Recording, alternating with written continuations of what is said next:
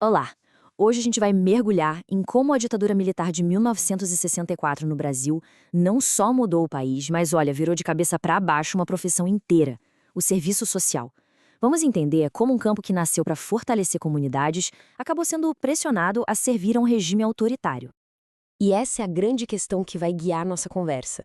Como é que os ideais de ajuda sobrevivem quando as ordens vêm de um Estado que quer controlar? Essa foi a tensão que definiu o serviço social por mais de 20 anos, e os reflexos disso, como a gente vai ver, são sentidos até hoje.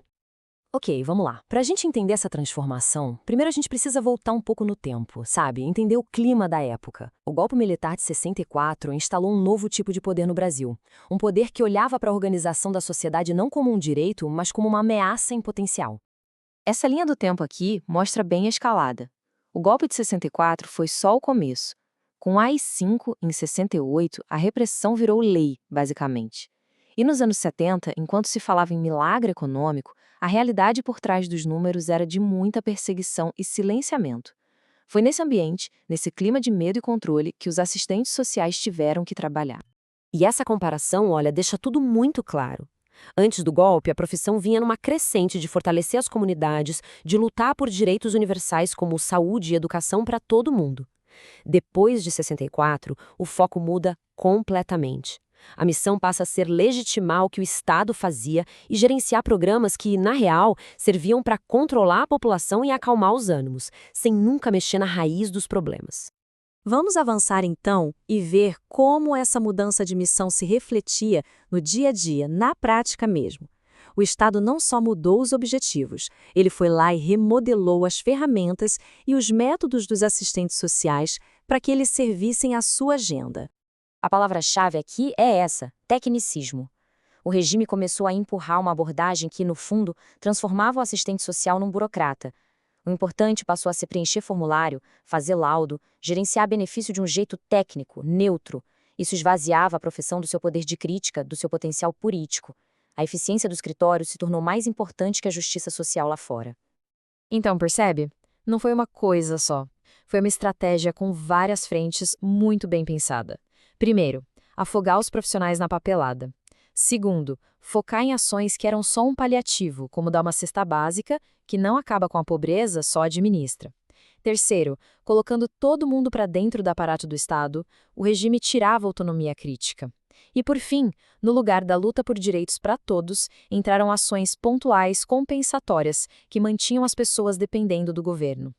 E é óbvio, né? Isso criava dilemas éticos gigantescos. Imagina a sua situação: receber uma ordem para levantar informações sobre um líder comunitário, ou para negar um benefício para alguém por um motivo político. Esses dilemas viraram rotina e cada profissional tinha que fazer escolhas muito difíceis entre o que a instituição mandava e o que sua ética dizia. Agora, olha que interessante isso aqui. Para entender como essa ideologia se espalhava, as publicações oficiais eram assim, com títulos bem técnicos, bem neutros. Elas ensinavam o como fazer burocrático, reforçando essa visão do assistente social como um simples executor das políticas do Estado. Só que, em total contraste, na surdina, circulava outra coisa.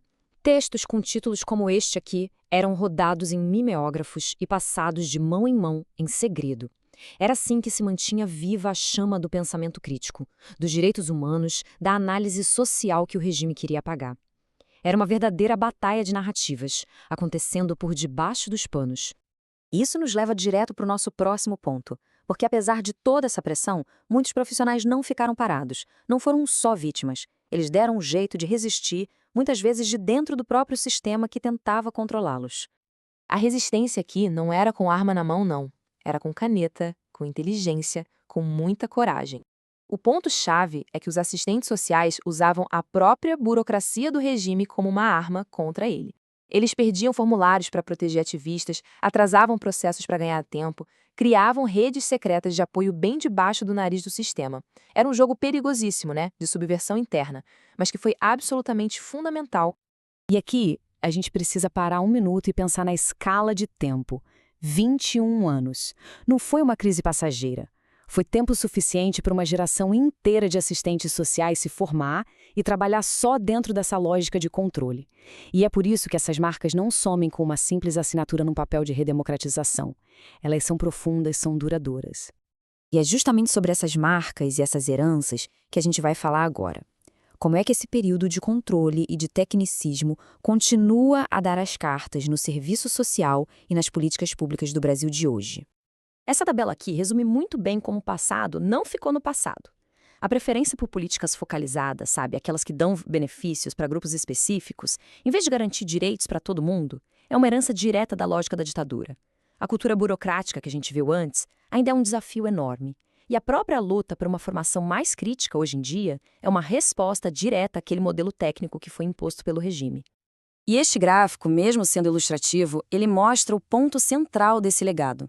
A abordagem técnica não foi embora com a ditadura.